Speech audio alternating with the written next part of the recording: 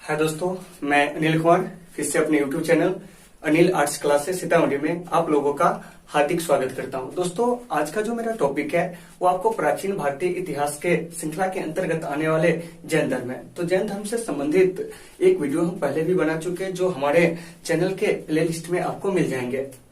तो उस previous video में हम क्या कहते हैं कि आपको जैन धर्म की जो पृष्ठभूमि थी उस पृष्ठभूमि को जाने थे। जैन धर्म के जो वास्तविक संस्थापक थे महावीर स्वामी, उनका जीवन परिचय के बारे में जाने थे। उनके द्वारा जो दी गई शिक्षाएं थी उस शिक्षाएं के बारे में जाने थे। उनके द्वारा जो दिए गए जैन धर्म के सिद्धांत थे उस सिद्धांत के बारे में जाने थे। लेकिन आज जो हमें जानना है वह जैन धर्म के अंतर्गत ही हमें क्या जानना है, तो आपको जैन संगतिया के बारे में जानना है, जैन संप्रदाय के बारे में जानना है और जैन साहित्य के बारे में जानना है।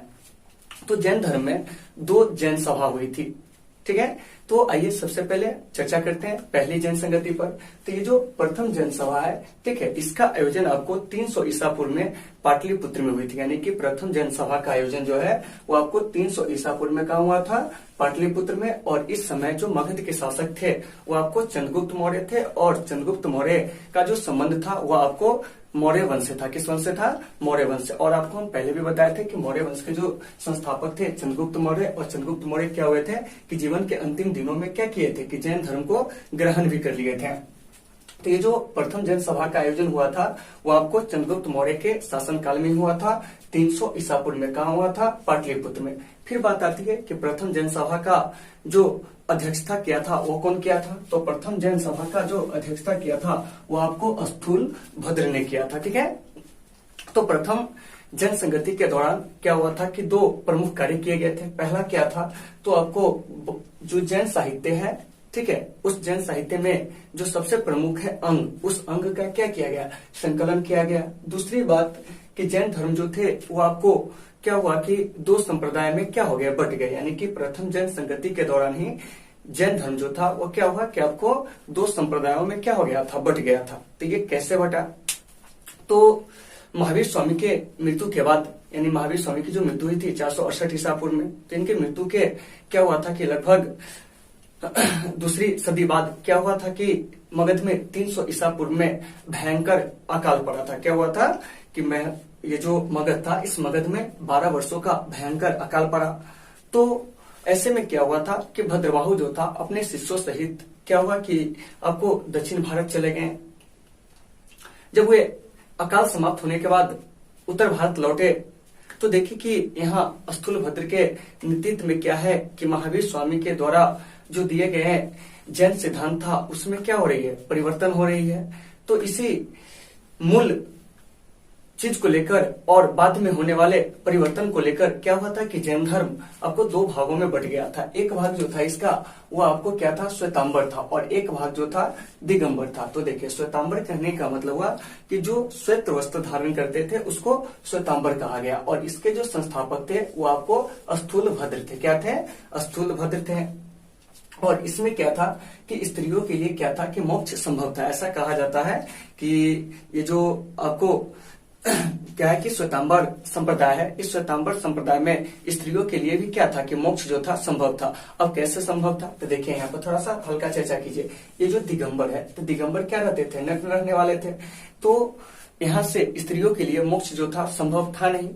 यानी कि ये जो कठिन कार्य था वो स्त्रियां कर नहीं सकती थी। लेकिन क्या था कि श्वेतांबर में स्त्रियां जो थी वो तो श्वेत वस्त्र धारण कर सकती थी। तो ऐसे में क्या था कि स्त्रियों के लिए मोक्ष प्राप्त करना क्या था कि श्वेतांबर में क्या था कि आसान था, ऐसा इनका मत था। दूसरी बात है कि ये जो श्वेतांबर संप्रदाय के लोग थे वह महावीर स्वामी को क्या किया कि भगवान का दर्जा दिया। क्या दिया? भगवान का दर्जा दिया। महावीर स्वामी की जो मूर्ति थी वो मूर्ति बनाकर इनको क्या किया जाने लगा? पूजा जाने लगा। क्या? अब हम बात करते हैं दिगंबर की। तो देखिए, दिगंबर क्या था? तो नग्न रहने वाला था। और इसके जो संस्थापक थे वो आपको भद्रबाहु थे। कौन थे? भद्रबाहु। तो यहाँ से प्रश्न पूछा जाता है कि दिगंबर का अर्थ क्या होता है? तो दिगंबर का अर्थ होता है आपको नग्न रहने वाला। और इसके जो संस्थापक थे वो आपको कौन थे? भद्रबाहु थे। और इसमें क्या था कि स्त्रियों के लिए मोक्ष संभव नहीं था, क्योंकि यहाँ पर क्या था कि आपको नग्न रहना पड़ता था और यह कार्य जो था काफी कठिन होता था, क्योंकि ये महावीर स्वामी के मत पर चलते थे। क्योंकि महावीर स्वामी को भी जो ज्ञान की प्राप्ति हुई थी वो भी क्या हुआ था? कि काफी वर्षों तक वो नग्न रहे, तो उसी अवस्था में इनको ज्ञान की प्राप्ति हुई थी। तो ऐसे में क्या था कि दिगंबर संप्रदाय के लोगों का मानना था कि स्त्रियां तो नग्न रह नहीं सकती है, तो ऐसे में उसे क्या था कि मोक्ष की प्राप्ति करना संभव नहीं था। फिर क्या हुआ था कि ये जो दिगंबर संप्रदाय के लोग थे वह महावीर स्वामी को सिर्फ एक पुरुष माना। इनका मानना था कि महावीर स्वामी जो थे वह सिर्फ अपने इंद्रियों को वश में कर लिए थे, इसीलिए वे महान थे, ठीक है। जबकि आपको श्वेतांबर वाले जो थे वह क्या हुए थे कि महावीर स्वामी को भगवान माने और उनकी मूर्ति पूजा करने लगे। ऐसा हम आपको जो मथुरा कला शैली है उस मथुरा कला शैली में हम क्या करेंगे जानेंगे, क्योंकि मथुरा कला शैली में बताया था आपको कि बौद्ध, जैन और हिंदू जो मूर्ति है उसका भी निर्माण हुआ है। तो आगे चलकर क्या हुआ था कि आपको ये जो मथुरा कला शैली में क्या हुआ था कि भगवान महावीर के बहुत सारे मूर्तियों का क्या हुआ था निर्माण हुआ था। तो आइए इस चीज को हम फिर से एक बार क्या करते हैं रिकॉल करते हैं। तो प्रथम जैन संगति के दौरान ही क्या हुआ था कि जैन धर्म जो था दो संप्रदायों में बट गया था। एक का नाम श्वेतांबर था, दूसरा जो था दिगंबर था। तो श्वेतांबर किसको कहते थे? जो श्वेत वस्त्र धारण करते थे।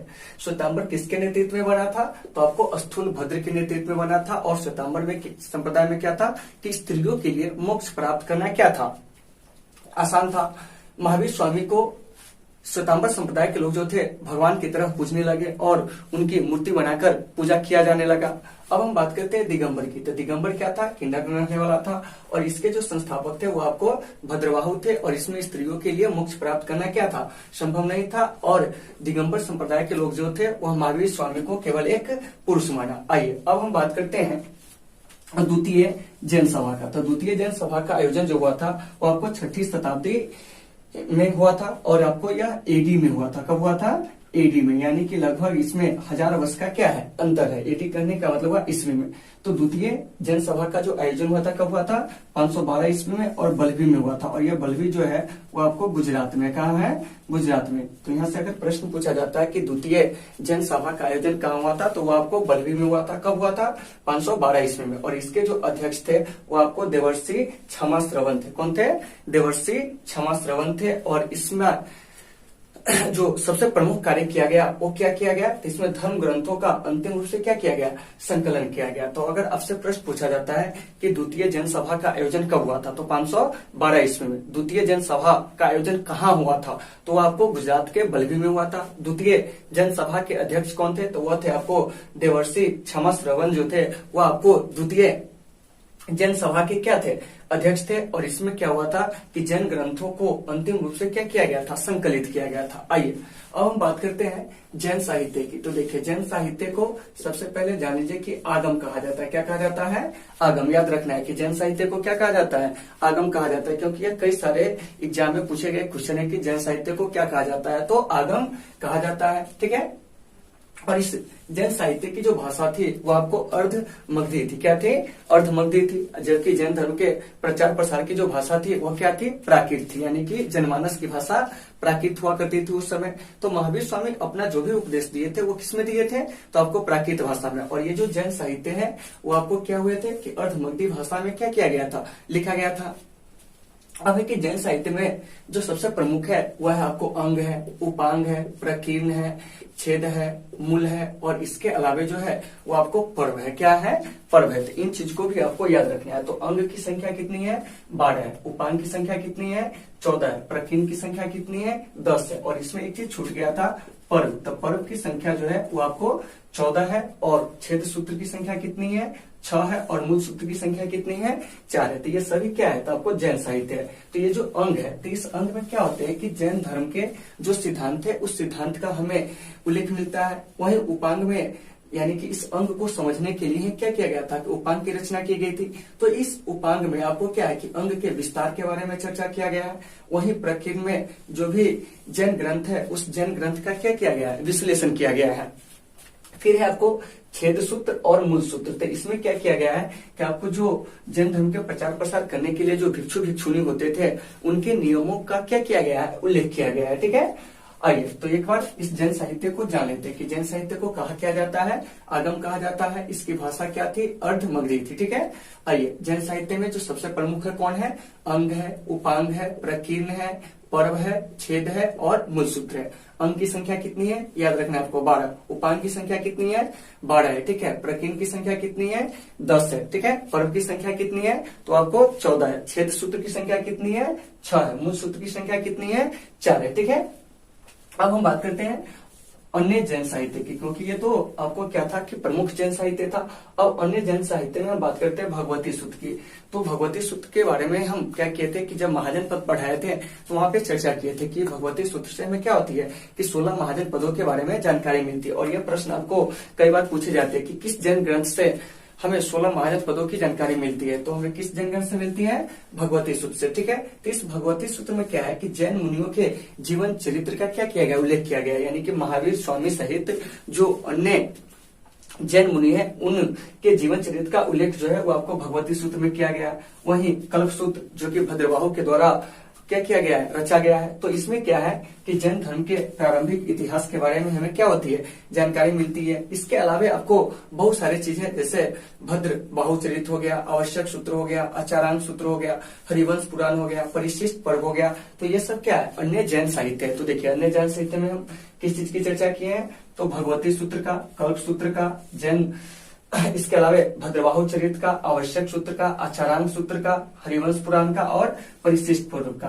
तो भगवती सूत्र से हमें किसकी जानकारी मिलती है, तो महावीर स्वामी सहित जो अन्य जैन मुनि हैं उनके जीवन चरित्र का उल्लेख किया गया है। वहीं आपको कल्प सूत्र में जैन धर्म के जो प्रारंभिक इतिहास है उसके बारे में जानकारी मिलती है, ठीक है। और ये जो भगवती सूत्र है इससे हमें 16 महाजन पद के बारे में भी जानकारी मिलती है। लेकिन इसके अलावा भी आपको अन्य जैन साहित्य में आपको क्या आते हैं, भद्रबाहु चरित्र, आवश्यक सूत्र, आचारांक सूत्र, हरिवंश पुराण, परिशिष्ट पर्व। तो ये जो आचारांक सूत्र है तो इससे भी आपको प्रश्न पूछे जाते हैं कि आचारांक सूत्र इनमें से किस धर्म का एक साहित्य है, तो आपको आंसर क्या हो जाएगा, जैन धर्म का। तो दोस्तों आज का जो मेरा टॉपिक था वो आपको क्या था कि जैन धर्म से जुड़ा हुआ था। और जैन धर्म में हम क्या किए कि जैन संगति पढ़े हैं, जैन संप्रदाय पढ़े हैं और जैन साहित्य पढ़े। अगला टॉपिक मेरा जो होगा वो आपको जैन धर्म से जो जुड़ा हुआ होगा उसमें हम क्या करेंगे कि जैन धर्म के विस्तार के बारे में जानेंगे। इसके अलावा जो जैन मुनि थे उन जैन मुनि के जो प्रतीक चिन्ह थे उस प्रतीक चिन्ह के बारे में जानेंगे।